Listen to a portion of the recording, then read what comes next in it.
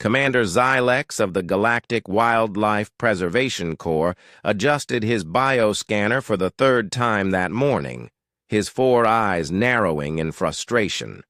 The readings made no sense.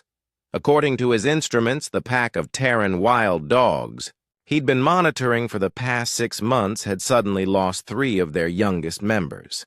In his 40 years of xenobiology, he'd never encountered a species that simply misplaced their offspring. Perhaps they were taken by predators, suggested his assistant Vorth, her tentacles dancing nervously around her data pad. These Earth creatures are known for their brutality. Xylex shook his scaled head. The human homeworld of Terra had been under Galactic Council observation since their species had achieved faster-than-light travel 5 years ago. While humans were indeed classified as an emerging predator species, the wild dogs weren't their prey. The Council's xenoanthropologists had determined that humans actually showed unusual attachment behaviors toward these particular canines. No, Vorth, something else is happening here. Xylex expanded the search parameters on his scanner. There, movement 2 kilometers northeast. Let's investigate. The forest floor crunched beneath their environmental suits as they made their way through the dense vegetation. Xylex had always found Terra's wilderness unsettling. Unlike the carefully cultivated biodomes of civilized worlds, this planet's nature seemed chaotic, unpredictable, much like its dominant species. As they crested a small hill, Xylex stopped so abruptly that Vorth collided with his back. Below them, in a small clearing beside a stream, sat one of the creatures they'd been studying. But this wasn't what made Xylex's breathing apparatus catch. The human sat cross-legged on the ground, and around him were the 3 missing pups. Impossible, Vorth whispered, her translator crackling with static. The biological compatibility matrices show no reason for interspecies adoption. Their genetic markers don't even indicate pack bonding potential. But there they were. The human, a young male by their classification standards, was gently stroking the fur of one pup while another slept against his leg.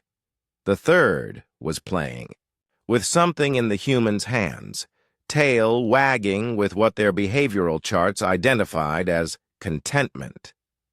Xylex activated his recording equipment and zoomed in. The human's movements were careful, deliberate. When one pup wandered too close to the stream, the human gently guided it back. When another showed signs of hunger, the human produced what appeared to be specially prepared food from his pack.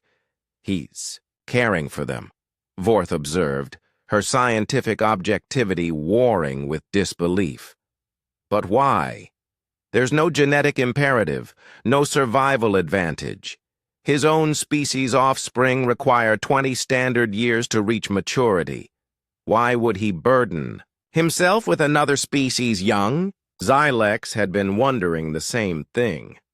In all his years studying interspecies relationships across the galaxy, he'd never seen anything like this. Symbiotic relationships, yes. Domestication for labor or food, certainly. But this appeared to be something else entirely. The human noticed their presence and looked up. Xylex expected fear, aggression, or territorial display. Instead, the human's facial features arranged themselves into what their cultural briefings identified as a smile. He said something in his native language. Earth Standard, according to their translators. Hello there. You're not from around here, are you? Vorth's tentacles went rigid with surprise. He can see us? Through our camouflage fields? Apparently so. Xylex deactivated their concealment and stepped into the clearing. The human showed no signs of distress, and more remarkably, neither did the pups. Human, he said through his translator, we are researchers from the Galactic Council. We've been observing the wildlife in this area. Cool, the human replied, continuing to pet one of the pups. "I'm Jake. These little guys here were separated from their pack during that storm 3 days ago. Found them cold and hungry near the old oak grove." "And you took them?" Vorth asked, her scientific instruments recording everything. Jake's expression shifted to what their behavioral guides marked as confusion. "Well, yeah. Couldn't just leave them to die, could I? They're just babies." Xylex felt something click in his understanding.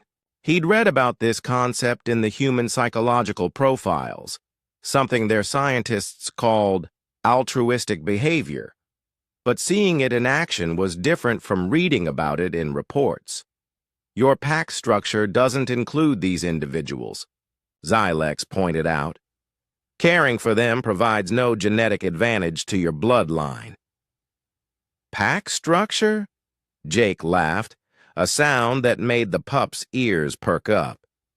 "Buddy, you've been reading too much science fiction. These aren't pack members or genetic advantages or whatever.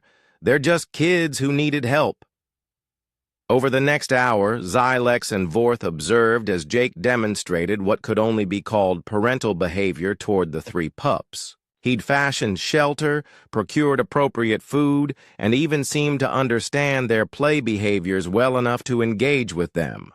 The most remarkable thing, Xylex noted in his report later, is that the human seems to have no expectation of reciprocal benefit. When asked what he planned to gain from this arrangement, he appeared genuinely puzzled by the question. As the day wore on, Jake explained that he'd been searching for the pups' original pack, hoping to reunite them. He'd carved markers in trees, left scent trails, and even attempted to mimic pack calls, all in an effort to return the young to their biological family. Most species show territorial aggression toward unrelated offspring, Vorth observed privately to Xylex. Yet this human is actively working to give them back. When the reunion finally happened, the adult wild dogs following Jake's carefully laid trail back to their young, Xylex witnessed something that would change his understanding of human nature forever. The pups ran to their biological parents, but kept looking back at Jake. And Jake, despite days of care and obvious attachment, simply smiled and stepped away. "Take care of yourselves," he called after them as the pack disappeared into the forest. As Xylex and Vorth prepared to leave, Vorth asked the question that would puzzle xenobiologists for years to come. "Jake, why did you help them? Really?" Jake shouldered his pack and looked back at the spot where the reunited family had vanished. "Sometimes," he said, "being strong enough to help means you should help. That's all." Later, in his official report to the Galactic Council, Commander Xylex would write, "Humans demonstrate a remarkable capacity for what they term compassion, care for other beings with no expectation of benefit. This trait appears to extend beyond their own species to any creature they perceive as vulnerable. While this behavior seems to contradict standard evolutionary models, it may explain why humans have successfully integrated with over 40 different species in their short time among the galactic community. They do not ask what others can do for them, but rather what they can do for others. This tendency toward protective behavior, even at personal cost, may be their species' greatest strength. The report concluded with a recommendation that humanity be fast-tracked for full Galactic Council membership. After all, a species that would risk their own safety to protect the helpless young of other beings might be exactly what a often cold and calculating galaxy needed. In the forest, Jake whistled as he walked home, already planning his next camping trip. Somewhere behind him, a family of wild dogs settled in for the night, safe and together once more.